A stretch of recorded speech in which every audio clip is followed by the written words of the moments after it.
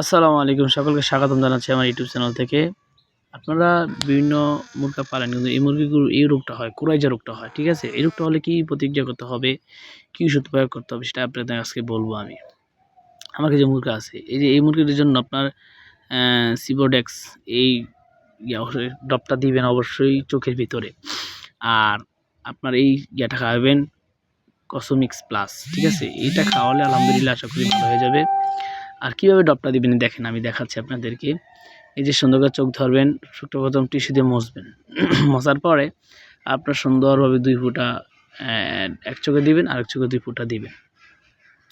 এখন দেখা যায় এই রোগটা এমন একটা রোগ, সেটা মৃত্যুর হার কম, কিন্তু আপনার মনে করেন দীর্ঘদিন পর্যন্ত খামারে এই অবস্থা থাকবে, ঠিক আছে? মুরগিগুলো আদার খাবে না, ঝিমাবে, মানে একটা অসুস্থ প্রতি, মানে যেরকম আমাদের যেরকম স্বাভাবিকভাবে আমি বুঝি ঝন্টি ছিল, যেমন একটা মানুষগুলো দুর্বল হয়ে যায়, এরকম ঠিক আছে মুরগিগুলো দুর্বল হয়ে যাবে।